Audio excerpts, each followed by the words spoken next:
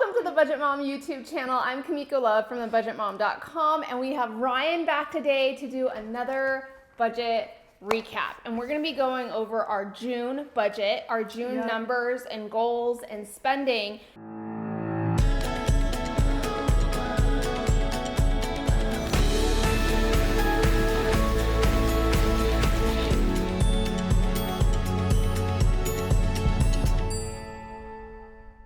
So June for me, not a lot happened.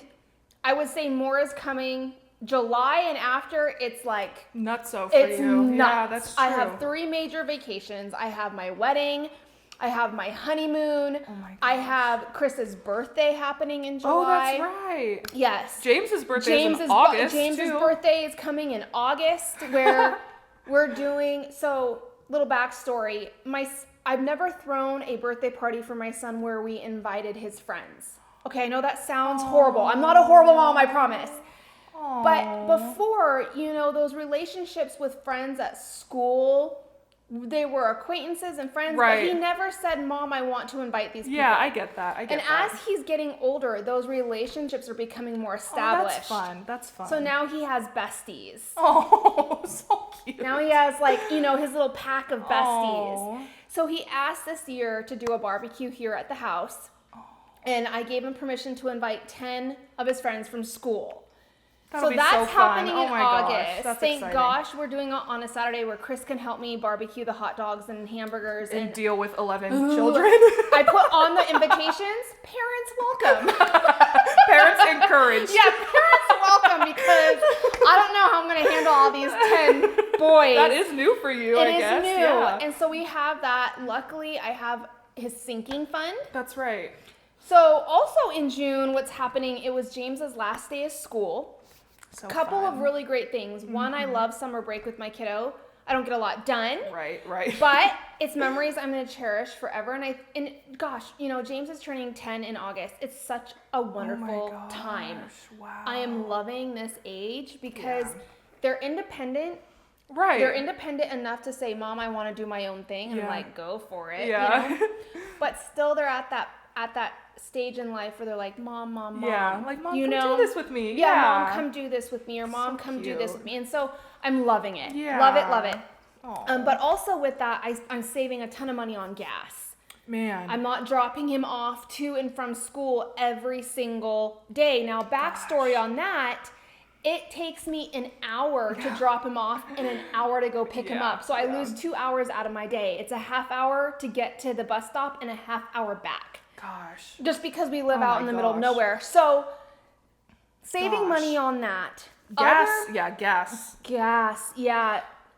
I couldn't believe how much I just landed here. She literally just got here from the airport. Yeah. And I was driving and it was over $5. And Kansas isn't that expensive yet, but I just couldn't believe it. Oh, what's Kansas? I think it's like we're hitting the $5 mark, but we're still under $5. So here's the thing. Now, usually I've been using the app Gas Buddy. Oh, I've been I've using heard of the that. app Gas Buddy, and it literally takes all the gas stations around you and tells you where the cheapest place is to get gas. That's helpful. Usually 99% of the time it's Costco. I was just thinking that Costco's a good one, yeah. So I made the mistake of not using Gas Buddy, and I was going and running around errands, and my empty light turned on. So I just, pulled over to the random closest gas station, $5.45. I'm like, man, okay, over $60 to fill up my Jeep. And diesel is like $6.30. Yes. So here I am driving back home, and I pass the gas station, $5.02. What the heck? And it was literally not even that like far a mile away, yes. maybe. So I went from $5.45 to $5.02, literally within probably a 15-mile radius. I'm like, oh, that's nice, as I'm driving by. Don't even look, it makes you mad. So I try to, when I'm down around Costco, that's just kind of my go-to. Yeah. I know I'm going to find the best deal. I know I'm going to be earning cash back because I have a membership. That's right. So it's just that's just where I go. That's also nice. Awesome. So that's what I had going in June. How was your June? My June was really good. It was really good. We did take a spontaneous trip. Cody and I were we just need, with everything going on with our families and stuff, and we were like, screw this. So we just booked an Screw Airbnb this. for a weekend in Denver, and we drove 8 hours to Denver.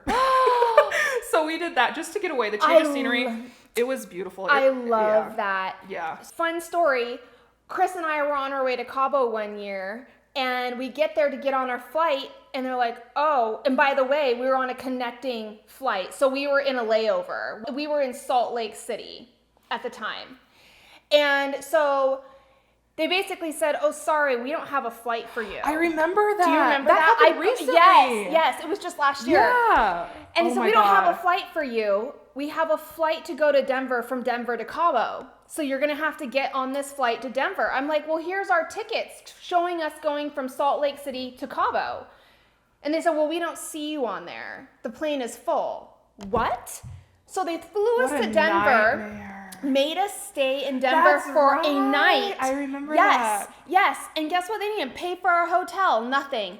Wasn't my mistake that you that you just didn't. Yeah, I mean, that's I had proof frustrating. of purchase for our ticket. Anyways, Man. so you know what? Chris and I said the same thing. We're like, screw this. If we're gonna stay overnight in Denver, we're gonna make a trip out of it. Yeah. So you know what we did? We went and blew a bunch of money at Dave and Buster's. Okay, that's what we did. I think we went to In-N-Out and then just hung out at our Airbnb. Well, because Chris and I never been to a Dave and Buster's, and we saw it when we were driving to this. And by the way, since they didn't pay for a hotel and we didn't have a reservation, we just kind of find the closest one that we could find that was open. And so we passed the Dave and Buster's and we both went there. Like the kid Because heart we just never came been out. there before. Oh. It's like an adult. Chuck E. Cheese. Yes, Literally. Yes. And So so you know, we spent 6 hours at Dave and Buster's. I'm not even joking. To walk away with what, like a pixie And stick? yeah. Here's the great thing about, and little ends to that story. So Chris and I got a lot of tickets on these cards, right? They give you cards and you win tickets. Okay, at the very end, Chris had like 800 and something tickets. I'm like, what are you gonna buy with those tickets? And he walks into the ticket store and he hands his card to this little boy. And this boy's face was literally like he won the lotto. So cute. And you know what I did? And then I handed my card to his sister. So, who was just a little bit younger than him. She was maybe 5. And so we just gave away our tickets. That was so cute. Yeah, but it was so much fun, and we made a day. So I can say I have been to Denver. Yeah. So, anyways, that's what we did. So Yeah. that was really, and we just cash flowed it. We both did. It was about $500 total. So it wasn't too bad. Wow. Yes, I love trips like that. Yeah. This is why I have my vacation sinking fund. Right. Yeah. A lot of people ask me, Miko, why do you have like a Disneyland sinking fund and a vacation sinking fund? So my vacation sinking fund is used for that exact purpose. Spontaneous vacations that kind of pop up in our lives. I don't have a specific destination, right? It's just a vacation sinking fund for random trips. Yeah. If I have a specific destination like Cabo or Disneyland, then I will start my own separate sinking fund for that. Sense. I add to my vacation sinking fund when I can. Yep. It's not like an ongoing monthly or paycheck thing. Right, yeah. It's like, oh, I have extra money, or I sold some clothes online, or hey, I just finished up a sinking fund. I can allocate that money towards something else. It goes into my vacation sinking fund. In fact, it's our vacation sinking fund, mine and Chris's, $3,000 from each, that's paying for our honeymoon. Oh, that's right. That's right. Yes. And I mean, so another fun fact, for our wedding, we decided no gifts. Right. That was something that was very important to Christopher and I. We did not want to receive gifts for the wedding. And then we had a lot of friends that came to us and said, and family members that said, we would like to give somehow, right? So we put up a honeymoon fund. Nice. We don't know if that will cover the cost of our honeymoon. If not, we'll just keep our vacation savings intact and use it at a later date. Yeah. We've been kind of wanting to do kind of like that trip into Montana. Oh. We want to go stay at the treehouse town there. And so maybe one day we'll use it to that if our honeymoon fund is funded by That'll the wedding. Be fun. That's exciting. So, okay, today we are going to be going over, like I said, our June numbers, where our dollars went, our goals, how Ryan's budget's coming along in Kansas and our debt-free journey, and everything in between. So let's start with my monthly budget category breakdown. So my starting balance is $617. This is what I had in my checking account the first day of my tracking period in June. My paycheck was $5,100 in June. Other income was $612. And then savings used quite a bit, $3,400 of money that I used from savings in the month of June for a total monthly inflow of $9,729.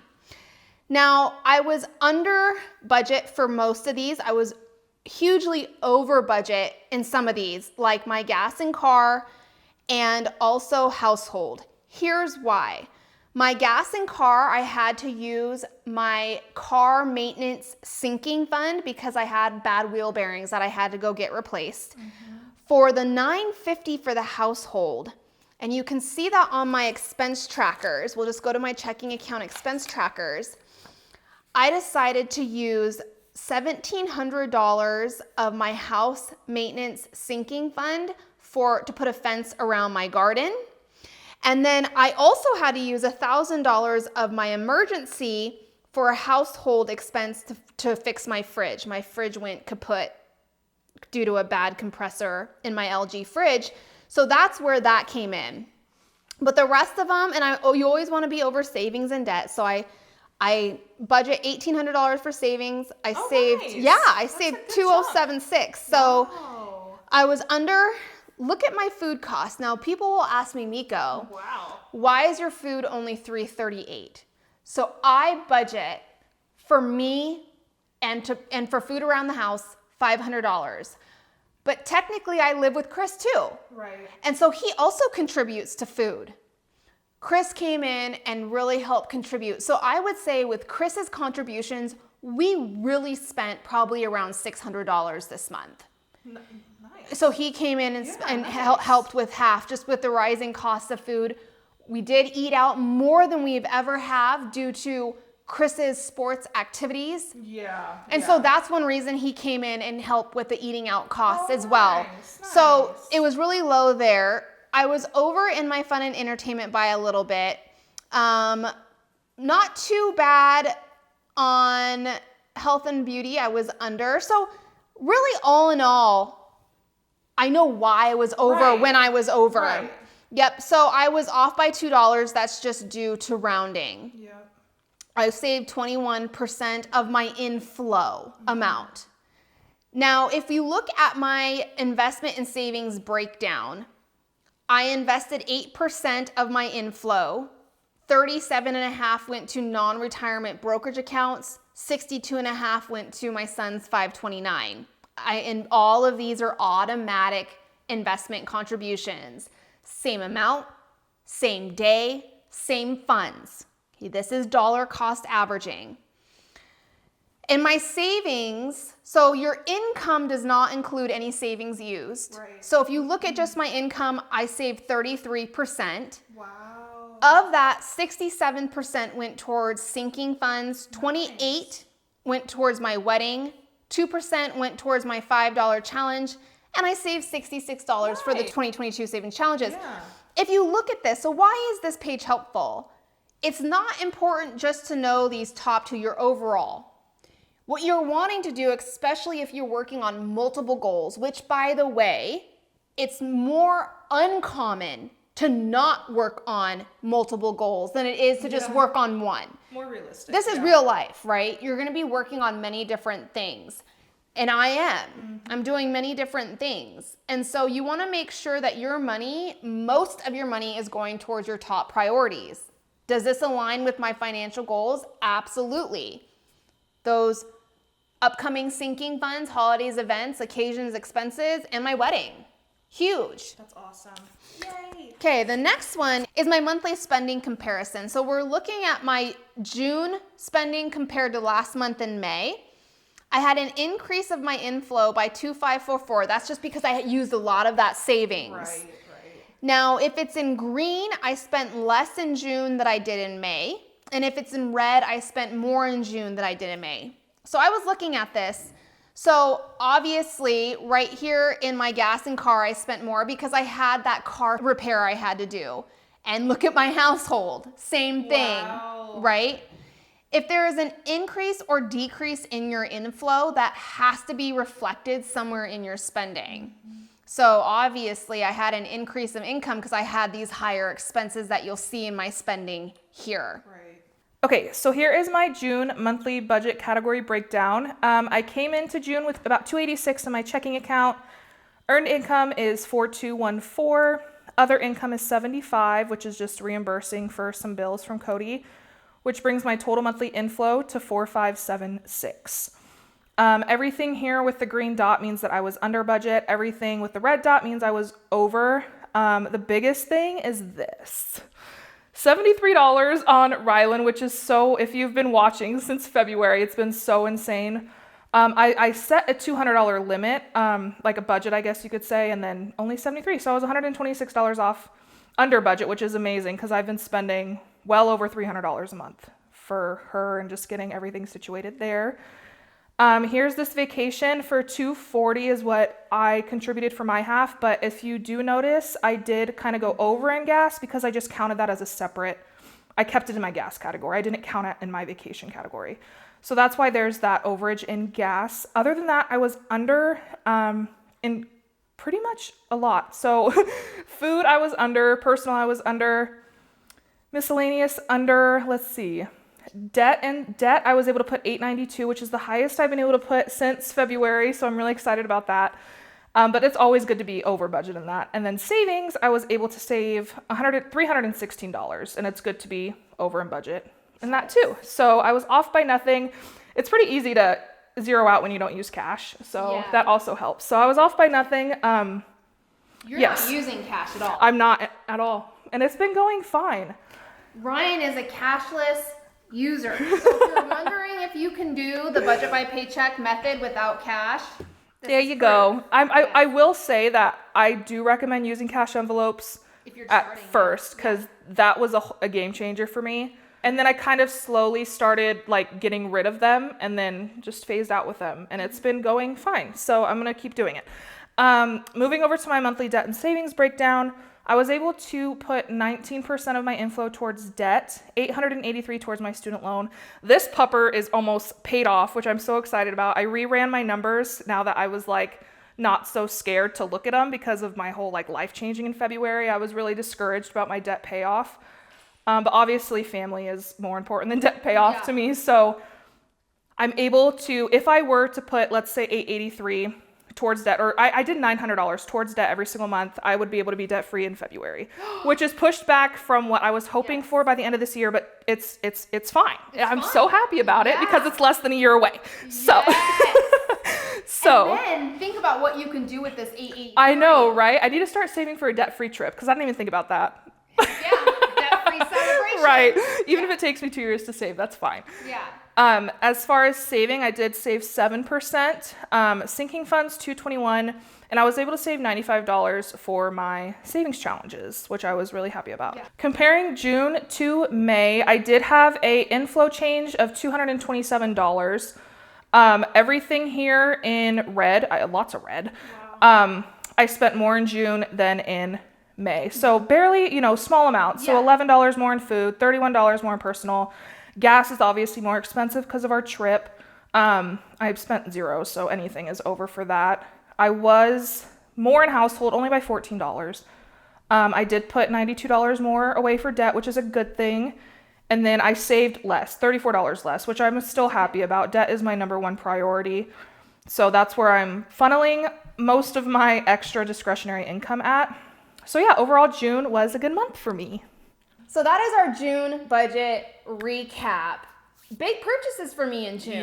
With that garden fence that we ended up using $1,700 from our house maintenance sinking fund. That was a big decision for us. Wow, that's So here's the thing. Christopher and I got together and we have about $4,000 in a house maintenance fund. Okay. I get a lot of questions from people like, Miko, I'm gonna buy a house, or I have this house. How much should I save for house maintenance costs? Here's the rule of thumb that you're going to learn that's out there right now. It's 1 to 4% of your home value. But take that at surface level, okay? because newer homes are going to have less maintenance costs than older homes. And usually more expensive. Than More older expensive. Homes. Yeah, that's true. What's happening to me is the opposite. Okay, I don't know if you saw on my Instagram when I first bought this house 2 years ago, literally a week after moving in, my AC went out. Yep. Luckily, it was just a Freon issue, but it still had to be fixed. That's right. And as you saw from June this month, going over my budget recap, my fridge died, and it's a 2017 LG model. And I, just my luck, happened to have the model and year that LG created and made bad compressors for their refrigerators. I just happened to have that model, and it just happened to go out right now, this month in June. So it's 1 to 4% of your home value to save for house maintenance costs. Even with all of those things, the AC Freon issue, the fridge going kaput on us with the compressor, Chris and I got together and said, hey, because when we were talking about our dreams and envisions for this house, some projects that we wanted to get done, it's like these aren't house maintenance, these are more house projects. True. So we changed the name of that fund. We're no longer calling it just a house maintenance fund. It is now maintenance and projects. Yeah. So that makes sense. Yes. And so we decided to use what spurred that conversation is I wanted to put a fence around our garden area. Yeah, very necessary. Because up here in the woods, we have all types of critters, mostly deer. Now, I don't mind feeding the deer. Yeah, just not my garden that I've spent so much money on. Blood, sweat, and tears. Yes, literally blood, sweat, and tears and thousands of hours of research for that garden. And so I spent $1,700 to put up a nice fence around the garden. That came from the house maintenance sinking fund. My fridge repair came out of our emergency fund. So in August, I am done saving for the wedding. Yes, Christopher and I hit our wedding savings goal. Yay. We had a wedding savings goal of $10,000. We saved $15,000. Wow, Miko. We're on track to be on budget for that. Couple of different things. We kept our guest list very small, and we're having it here at the house. Gosh, that saves so much money. Venues are so expensive. I must say too, this is with help with family. Some family are also help paying for half the costs of certain expenses like the photographer and the caterer. How sweet. So it does help my dress. I had a $1,500 budget for my dress. I spent $1,601. Not bad, Miko. Okay, not bad. Not bad for a custom-made dress. I was going to say, for a beautiful dress. Yes, and so, which by the way, in July, I go pick it up and try it on for the first time, which is huge. Also in July, I have my first beauty trial for my hair. They do a trial for your hair to make sure you like it. I was like, what is wrong with your hair? but to do it before the wedding. That's cool. Big things coming up because the wedding is getting really real. That's so exciting. Yes, and so that's what's going on in July. So I know I was over budget in my household category by quite a bit, but I had the sinking funds and the savings for that because I was $950 over my household. In savings, I was over $276, so that's not bad. So really. Oh, and then my gas and car. Yeah, remember I had to go down to Tiorama? That felt like it was so long ago. All types of things breaking down on me lately. I wouldn't say breaking down, but more of a wheel bearing issue, okay? That could have caused some serious damage, like my wheel flying off when I'm driving. Oh my gosh. I'm hoping July is a lot more smooth as far as... Chill. But I mean, look, I still am using... I'm rolling over beauty and some pet envelope cash. I'm using $6,400 of sinking funds in July. Oh, for your Disney trip. $6,000 for Disneyland, which I'm leaving on the 1st, which is tomorrow. I'll be if you're interested in my Disneyland vacation and how much I spent on that vacation and me posting during that vacation, make sure you follow me over on Instagram at The Budget Mom because that's where I share my real life updates. And then $400 for Chris's birthday, which is July 15th. I have a plan. Oh, yes, I do. Why? Because I'm an amazing fiance. I have it all planned, and I don't want to say it here because I don't know. I was just about to ask you what you're doing. Babe, I don't know if you're watching this video, Okay, so, but I'll make sure to share a little bit of what I did for that after it's happened. Oh my gosh, you guys are going to be in Disneyland for 4th of July. We are, and that's why. That's going to be Okay, exciting. another backstory. A lot of stories today. So over 3 years ago, I became debt-free in the beginning of 2019.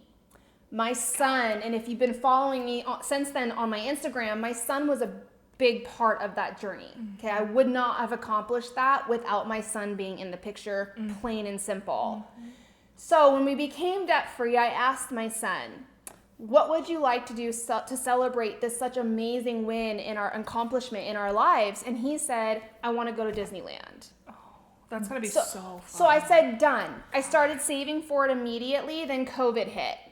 That's right. So I scaled back on the savings for Disney and focused on some other priorities in our life. That's right. So here we are. So after a 8-year debt-free journey, becoming debt-free in 2019. And waiting, 3 years? Waiting 3 years. Here we are today, leaving tomorrow to go on this debt-free celebration vacation.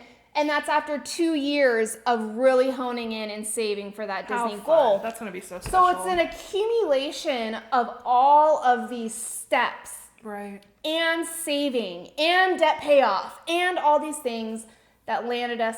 That's going to happen tomorrow. So oh my gosh. It's weird to go on a debt-free celebration vacation when I've been debt-free for 3 years now, but I promised this to my son. Yeah. And if there's anyone who deserves it more, it's James. It's James who deserves this. So we're looking for that. I have $6,000 to spend in Disney. Oh. My flight was free. That's right. That's what you said. Credit card points. Yep. Use credit card rewards miles. And then I only had enough to cover half of the hotel. That's still good. That's a good chunk. So, hey, that's the biggest chunk on that vacation. Exactly, yeah. Especially those resorts there that are on the park. The resort alone was $3,300. Wow. So to knock half that price off. And if you're wondering right now, again, I know I'm going to get this question, Kamiko, what rewards credit card do you use? I always recommend doing your own research. I personally use the Capital One Spark business card and the Capital One Venture Rewards personal card for my personal card. Yes, the Venture card is very good.